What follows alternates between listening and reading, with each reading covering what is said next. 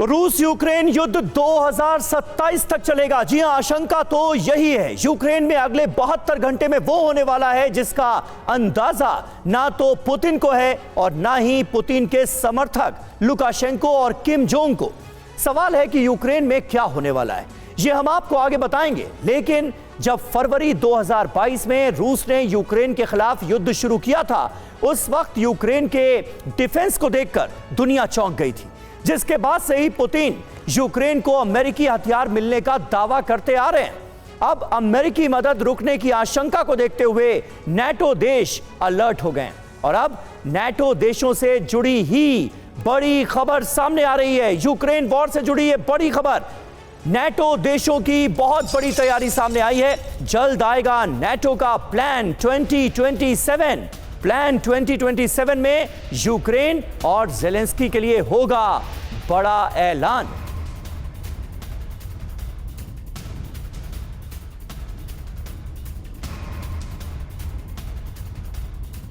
फूलों की खेती में है बम्पर कमाई। 1 एकड़ से 30 लाख रुपए तक कमाएं। अभी डाउनलोड करें फ्रीडम ऐप और सीखें फ्लोरिकल्चर फार्मिंग।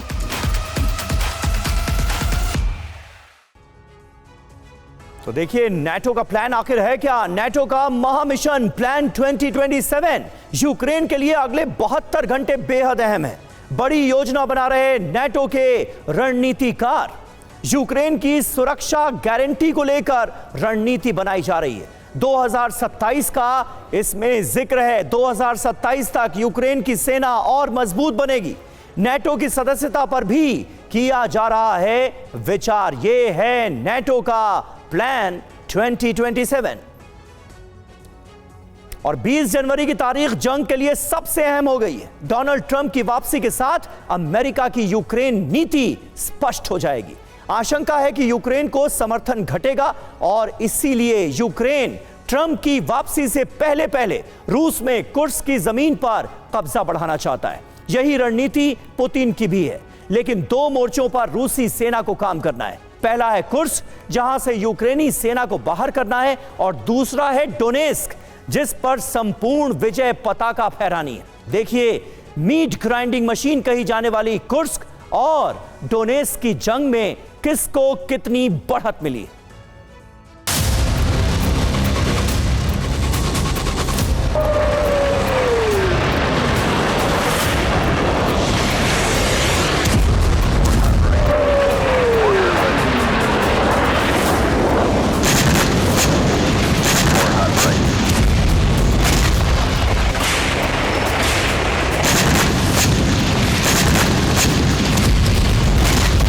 रूस का कुर्स्क और यूक्रेन में डोनेस्क प्रांत का पोक्रोवस्क, जमीनी जंग के ये 2 भीषण रक्तपात वाले एपिसेंटर बन चुके हैं। पल पल जंग का पलड़ा इधर उधर हो रहा है। कभी यूक्रेन की सेना कुछ चौकियों पर कब्जा जमा लेती है, तो कभी रूसी सेना एक झटके में यूक्रेनी चौकियों पर तैनात सैनिकों को मार गिराती है। राष्ट्रपति पुतिन ने क्रिसमस पर बुलाई गई आपात बैठक में 20 जनवरी तक कुर्स्क से यूक्रेनी सेना को बाहर करने का लक्ष्य तय कर दिया है।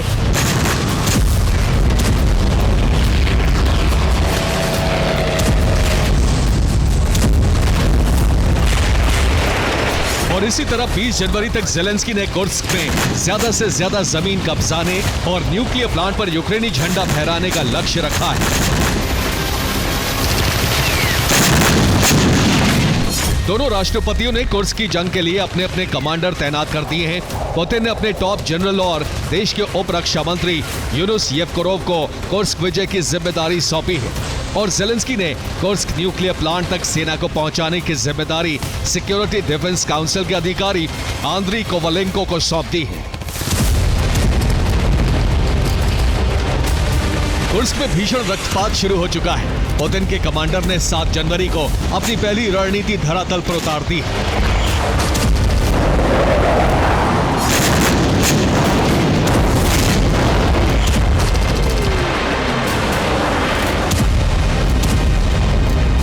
यूक्रेनी सेना पर कुर्स्क के कई इलाकों में जबरदस्त हमले किए गए और इनके लिए अलग अलग ब्रिगेड मैदान में उतारी गई।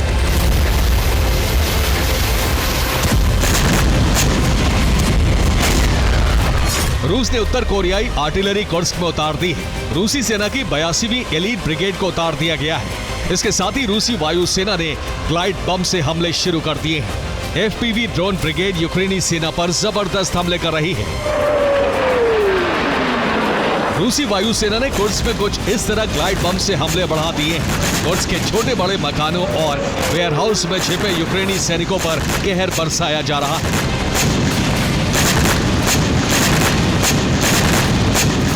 इसके साथ ही रूसी सेना ने कुर्स्क न्यूक्लियर प्लांट की ओर बढ़ रहे यूक्रेनी सैन्य वाहनों और टैंकों पर जबरदस्त हमले किए। रूस के हमले से यूक्रेनी टैंक में जबरदस्त विस्फोट हुआ। इस हमले के बाद टैंक का कमांडर और गनर भाग निकले। टैंक का ड्राइवर ड्रोन हमले में मारा गया। कुर्स्क की जंग में रूस ने नॉर्थ कोरिया की आर्टिलरी को भी उतार दिया है।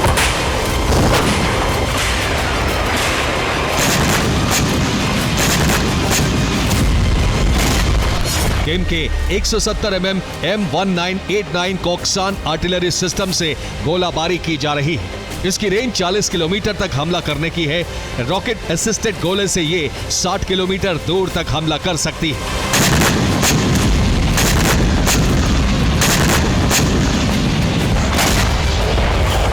रूस की मल्टी फ्रंट जंग में यूक्रेन को भारी नुकसान उठाना पड़ा है। सबसे ज्यादा नुकसान यूक्रेन की बर्दिन टुकड़ी को हुआ है।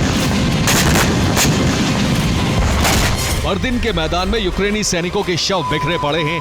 यूनुस येवकोरोव के आदेश पर रूसी एलीट ब्रिगेड ने न्यूक्लियर प्लांट की ओर बढ़ रही इस टुकड़ी पर बर्दिन में घात लगाकर हमले किए हैं।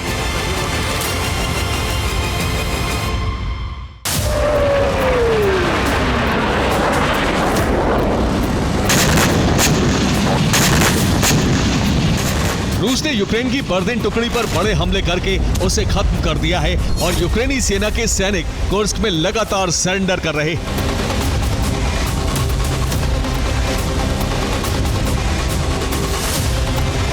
7 जनवरी को रूस ने यूक्रेन के कब्जे वाले सुज्जा पर शेलिंग बढ़ा दी है। इस बमबारी में यूक्रेन के 36 सैनिक मारे गए और 100 से ज्यादा घायल हुए हैं। रूसी सेना कुर्स्क में 12,000 FPV drone, 800 lancer drone, 2,500 UAV का इस्तेमाल कर रही है। यूक्रेनी सेना फिलहाल कुर्स्क में मलाया लोकानिया, बोल्शोय, सोल्दात्यकोय पर कब्जा जमाए हुए है। यहां से कुर्स्क न्यूक्लियर प्लांट की दूरी 50 से 60 किलोमीटर है।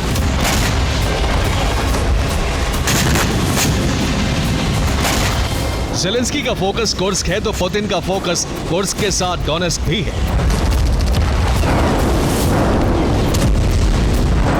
डोनेस्क की जंग में रूसी सेना ने बीते 3 दिन में 3 कस्बों पर कब्जा जमा लिया है और कुराखोव तक रूस का निर्बाध नियंत्रण स्थापित हो चुका है। अब रूसी सेना ने डोनेस्क की निर्णायक जंग शुरू कर दी। रूसी सेना तेजी से पोक्रोवस्क सहित कई फ्रंट की ओर बढ़ रही है। पोक्रोवस्क पर 3 दिशा से हमले शुरू कर दिए गए हैं। पोक्रोवस्क के साथ साथ लीमन, सिवेर्स्क, क्रामातोर्स्क, तोरस पर कब्जे की जंग तेज कर दी गई है। यूक्रेन जनरल स्टाफ के मुताबिक रूस ने यहां बड़ी तादाद में आर्टिलरी और सेना भेज दी है।